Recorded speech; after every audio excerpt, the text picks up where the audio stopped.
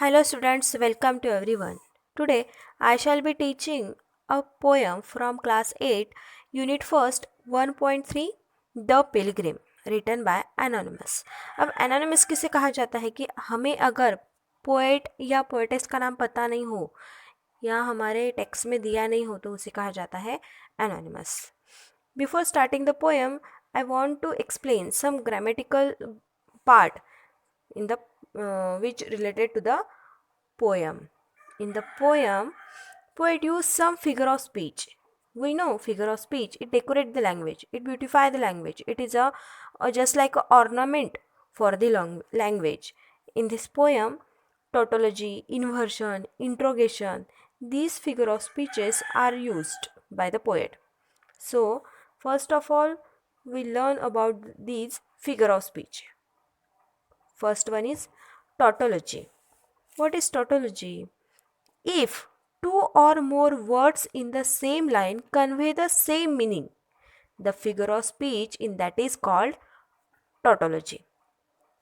tautology क्या होता है कि सेम लाइन में, एक ही लाइन में अगर कहा जाए सेम मीनिंग बताने के लिए एक ही वर्ड अलग अलग तरीके से यूज़ किया जाए, मीनिंग तो एक ही निकल रहा है लेकिन वर्ड्स अलग हैं, तो वो होता है tautology figure of speech.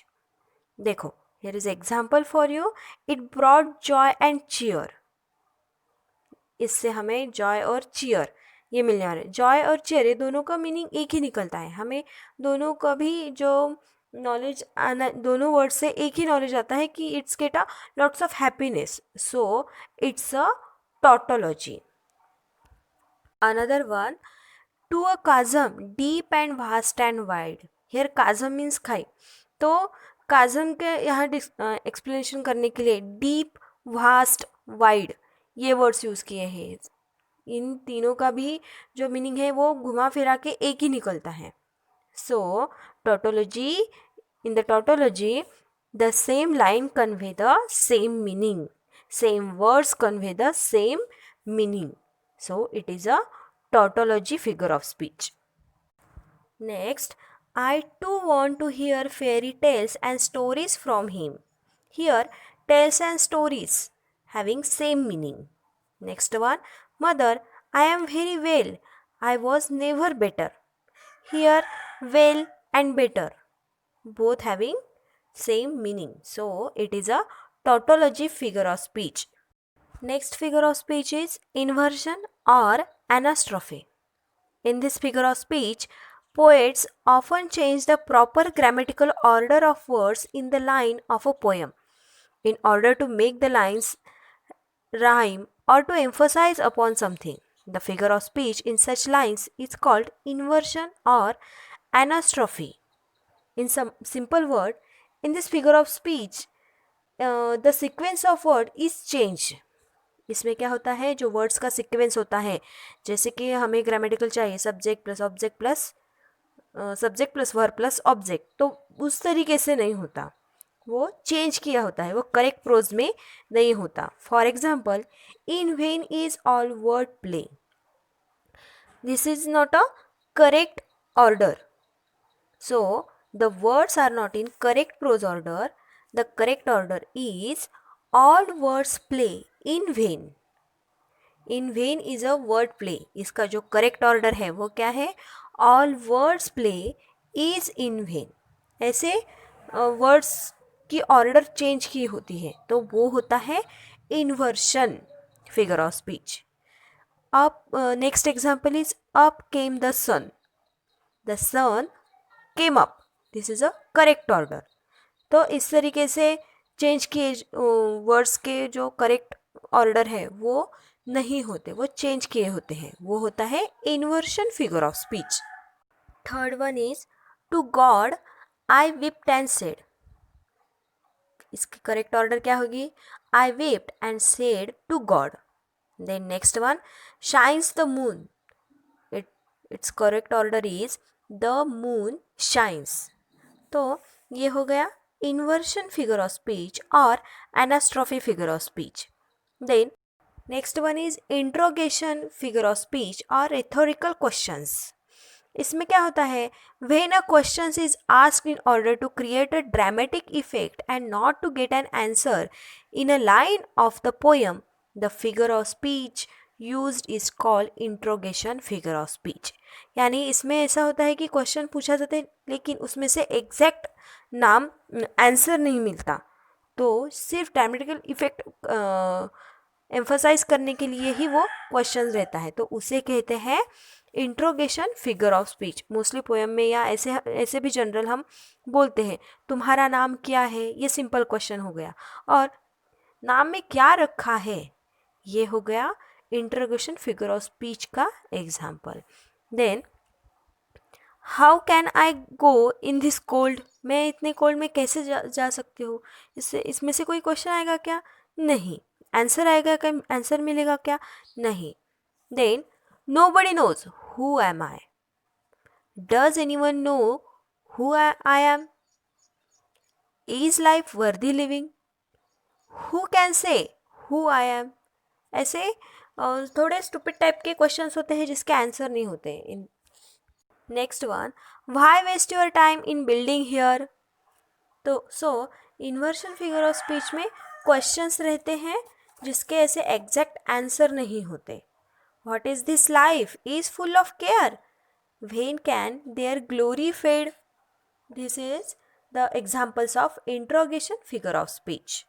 These figure of speech are used in the poem. Then now we are going to learn this poem. The Pilgrim. A pilgrim going a lone highway came at the evening cold and grey. To a chasm deep and vast and wide, the old man crossed in the twilight dim. The chasm held no fear for him, but he paused when he reached the other side and built a bridge to span the tide. Old man, said a fellow pilgrim near, why waste your time in building here? Your journey ends with the close of the day. You never again will pass this way.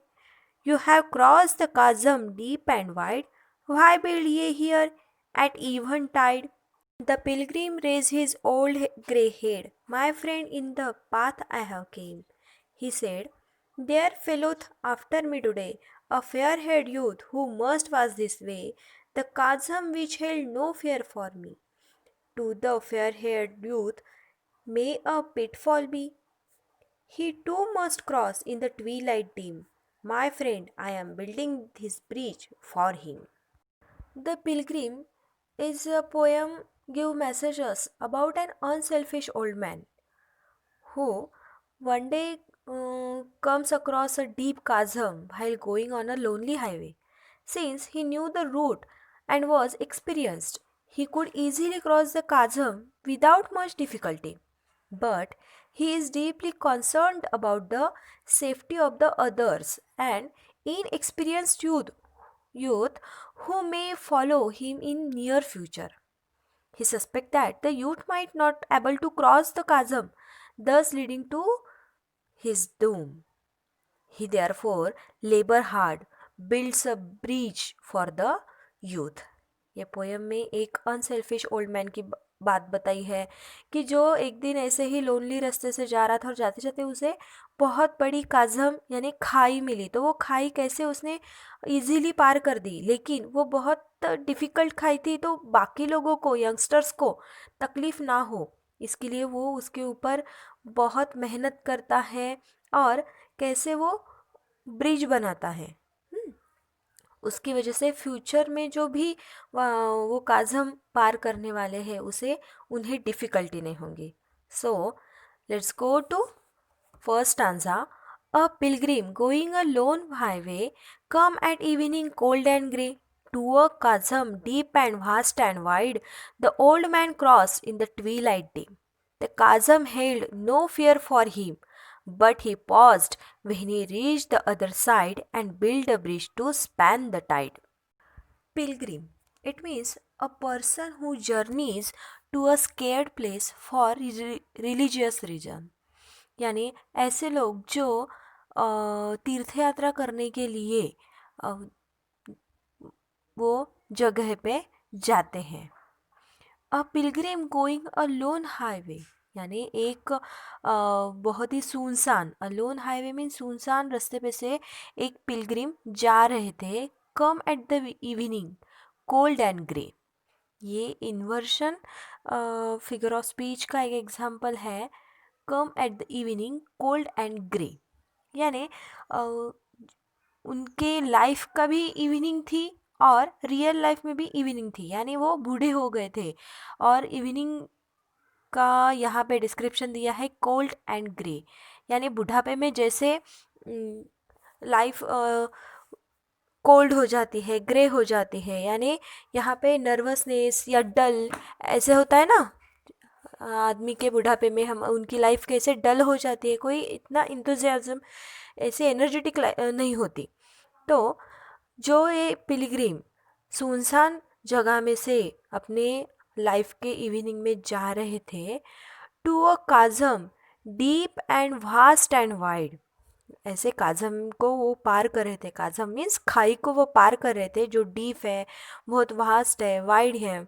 ये tautology का example हो गया, क्योंकि deep, vast, wide ये इसका एक ही meaning निकलता है।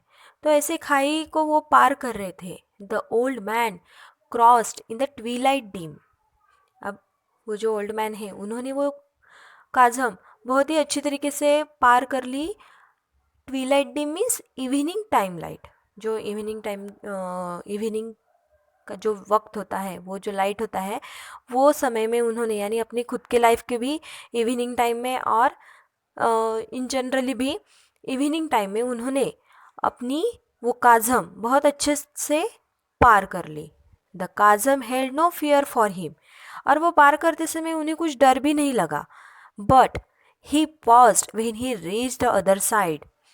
लेकिन वो क्या हो गए, जो काज़म पार करके वो दूसरी साइड चले गए तो वो रुक गए, थोड़ा सोचने लगे। And build a bridge to span the tide. To span the tide means go across the tide. वो वहाँ पे दूसरे साइड जाने के बाद उन्होंने सोचा और वो क्या करने लगे, बिल्ड अ ब्रिज, एक ब्रिज वो बांधने लगे वो काज़म के ऊपर। गो क्रॉस द टाइड, और अच्छे से वो वहाँ पे टाइट करने लगे। यानी एक ओल्ड मैन थे, वो अपना रास्ता काट रहे थे। उनकी तो उम्र भी हो गई थी, फिर भी वो अपना रास्ता काट रहे थे और उन्हें एक्सपीरियंस था, इसलिए वो अच्छे तरीके से वो काज़म, वो जो खाई है, उन्होंने अपने लाइफ के एंडिंग में अच्छे से पार भी कर ली। लेकिन वो उस साइड जाने के बाद, काज़म पार करके वो अदर साइड जाने के बाद वो सोचते हैं कि मैंने इसके ऊपर ब्रिज बांधना चाहिए। क्यों, वो क्या है, क्यों है, ये अभी तक हमें नहीं पता चला। लेकिन वो सोचते हैं कि नहीं, अगर ब्रिज बांधेंगे तो क्या होगा, वो इजी हो जाएगा। अब तक तो मुझे बहुत डिफ़िकल्ट हो रहा था। तो वो सोचते हैं और बांधते हैं। क्या बांधते हैं, ब्रिज। देखो, Thomas Edison, Alexander Fleming, Columbus, Wright brothers, Marie Curie, Raja Ram Mohan Roy, Galileo, Savitribai Phule, Baba Saheb Ambedkar, ऐसे बहुत सारे इन्वेंटर्स है, डिस्कवरर्स है, कि उन्होंने बहुत सारी चीज़ें ढूंढ के निकाली। उसकी वजह से हमारी लाइफ अभी बहुत इजी हो गई है। जैसे कि लड़कियां अभी स्कूल में अच्छे तरीके से पढ़ाई कर सकती है। हम हवाई जहाज़ में से एक जगह से दूसरी जगह पे जा सकते हैं। और जो सती प्रथा थी वो बंद हो गई है। हमने बहुत सारी वैक्सीनेशंस मिल गई हैं और हम समंदर में से भी जा पाते हैं, है ना। तो ये सब किसी ने ढूंढ के निकाला है। उसी वजह से हमें आज इजी होगा ये सब चीज़ें। तो ऐसे ही ये ओल्ड अनसेल्फिश मैन है, कि जो अपने फ्यूचर के लिए, फ्यूचर में आने वाले बच्चों के लिए ब्रिज बांधने की सोचती है। लेकिन उनके साथ जो एक फेलो पिलग्रिम था, वो सेल्फ सेंटर्ड था, वो डाउटेबल था, वो डिसरिस्पेक्टफुल था। तो वो पूछता है, next answer, old man said a fellow pilgrim near, why waste your time in building here? Your journey ends with the close of the day. You never again will pass this way. You have crossed the chasm deep and wide. Why build ye here at eventide? वो बोलता है कि अब तुम्हारी as तो हो गई है, तुम्हारी एज हो गई है और दिन ख़त्म हो गया इट मीन्स तुम्हारी एज हो गई है, अब तुम्हारी मौत सामने है, तो तुम ये ब्रिज बांधने का काम क्यों कर रहे हो? तुमने तो तुम्हारा काम कर लिया है, तुम्हारा हो गया है, तो अब क्या है मतलब ये सब कुछ करने के लिए? वो बोलता है, old man said a fellow pilgrim, why waste your time in building here? तुम ये ब्रिज बांधने में अपना टाइम वेस्ट क्यों कर रहे हो? Your journey ends with the close of the day, you never again will pass this way. अब तुम यहाँ से फिर से जाने वाले नहीं हो, ये रास्ते से तुम फिर से जाने वाले नहीं हो, तुम्हारी जर्नी तो यहीं पे, दिन ख़त्म होने के साथ ही तुम्हारी जर्नी एंड होने वाली है, तुम्हारी लाइफ ख़त्म हो गई है, तुम्हारी डेथ सामने है, तो तुम ये ब्रिज बांधने का काम क्यों कर रहे हो? You have crossed the काजम deep and wide, why build ये हियर एट इवन टाइड?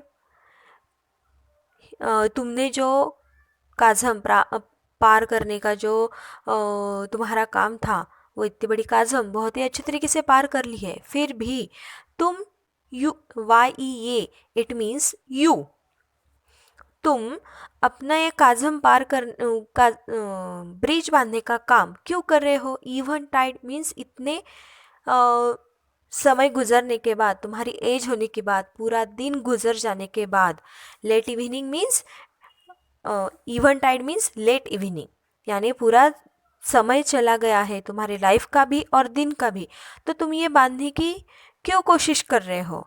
क्यों बांध रहे हो? अपना टाइम वेस्ट क्यों कर रहे हो?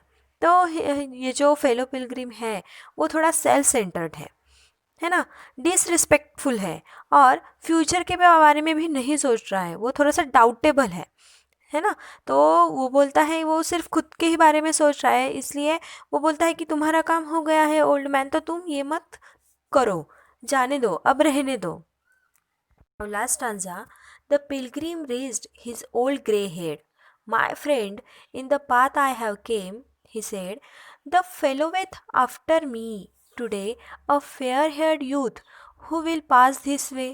The chasm which held no fear for me, to the fair-haired youth may a pitfall be. He too must cross in the twilight dim. My friend, I am building this bridge for him.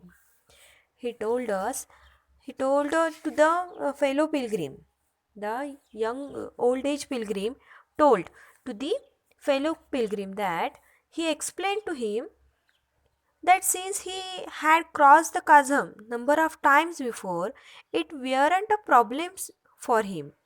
At the same time, he was worried for the safety of the young, inexperienced pilgrim who might not be able to cross the dangerous chasm.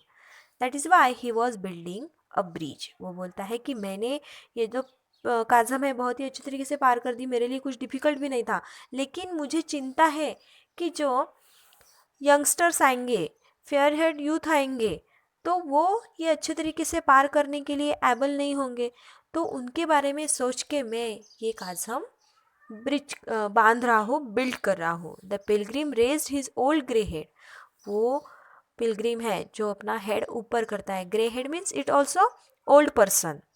My friend in the path I have came, मैंने ये path जो पार किया है, there फेलोवेथ after me today, अब मुझे follow करने वाले जो बाकी के लोग यही रास्ते में से आएंगे, a fair haired youth who must pass this वे, जो भी यंगस्टर्स यहाँ से गुजरेंगे वो भी ये रास्ता पास करेंगे।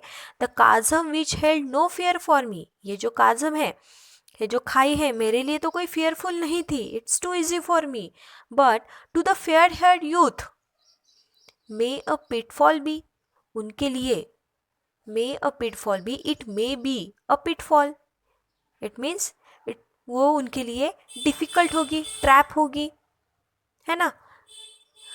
Suppose they can't able to cross this danger chasm, he too must cross in the twilight dim, और उन्हें भी ये जो काजम है वो उनके इवनिंग टाइम में, ट्वीलाइट डीम में पार करनी है। So my friend, I am building this bridge for him, तो ये जो का ब्रिज है, मैं उनके लिए बांध रहा हूँ कि जैसे मुझे मेरी ट्विलाइट डिम के समय यानी इवनिंग टाइम में मेरे उम्र गुजरते हुए मुझे जैसे ये काज़म पार करने की ज़रूरी पड़ गई तो उन्हें भी पड़ सकती है। और मैं ऐसा सोचता हूँ कि जैसे मुझे डिफ़िकल्ट हो गई ये काज़म पार करते समय, अगर इसमें ब्रिज रहा तो इतना डिफ़िकल्ट नहीं होगा। इसलिए मैं ये काज़म के ऊपर ब्रिज बिल्ड कर रहा हूँ। So this poem ends with the beautiful message that the greatest gift we can give to others is to take time to stop and build a bridge for them. This will help them to pass the same way without having to grow through the same struggle that we did. यानी हमें जो भी समस्या से गुजरना पड़ा है वो दूसरों के लिए भी हम ना सोचें, उनके लिए हम बेटर सोचें, उससे ज़्यादा बेटर सोचें, उनके लिए अच्छा सोचें। ये मैसेज हमें इस पोएम में से मिलता है। इस पोएम में हमें 3 कैरेक्टर्स देखने को मिलेंगे, जैसे कि old Pilgrim, fellow Pilgrim and young Pilgrim. यानी 3 लोगों का यहाँ पे डिस्क्रिप्शन दिया है। जैसे कि ओल्ड पिलग्रिम एक्सपीरियंस होल्डर है, सेल्फलेस है यानी सेल्फिश नहीं है, और कॉन्सेंट्रेट है अबाउट द फ्यूचर। और ये 3 बातें ओल्ड पिलग्रिम को लागू होती हैं। और जो फेलो पिलग्रिम है वो थोड़ा सा डाउटी है, सेल्फिश है, डिसरिस्पेक्टफुल है और कॉन्सेंट्रेटेड नहीं है ना। वो खुद के बारे में ही बस थोड़ा नैरो माइंडेड है, इस वक्त के बारे में ही सोचता है, फ्यूचर के बारे में नहीं सोचता। और जो यंगस्टर्स है वो कैसे है, अनश्योर है, यानी उन्हें कुछ पता ही नहीं है, इनएक्सपीरियंस्ड है ना। और न्यू है तो उन्हें कुछ पता ही नहीं है। ये 3 बातें जो ओल्ड पिलग्रिम है वो फेलो पिलग्रिम को बताता है कि हमें यंगस्टर्स के बारे में क्या सोचना चाहिए और कैसे उनके लिए लाइफ सुटेबल बनानी चाहिए, सेफ बनानी चाहिए। Old Pilgrim always concentrated about the safety of the youth who would use the same route and might not be able to surpass the chasm or any problem. This is very beautiful, simple, and it gives us a broad message to our future and to the others also. I hope you understand this poem.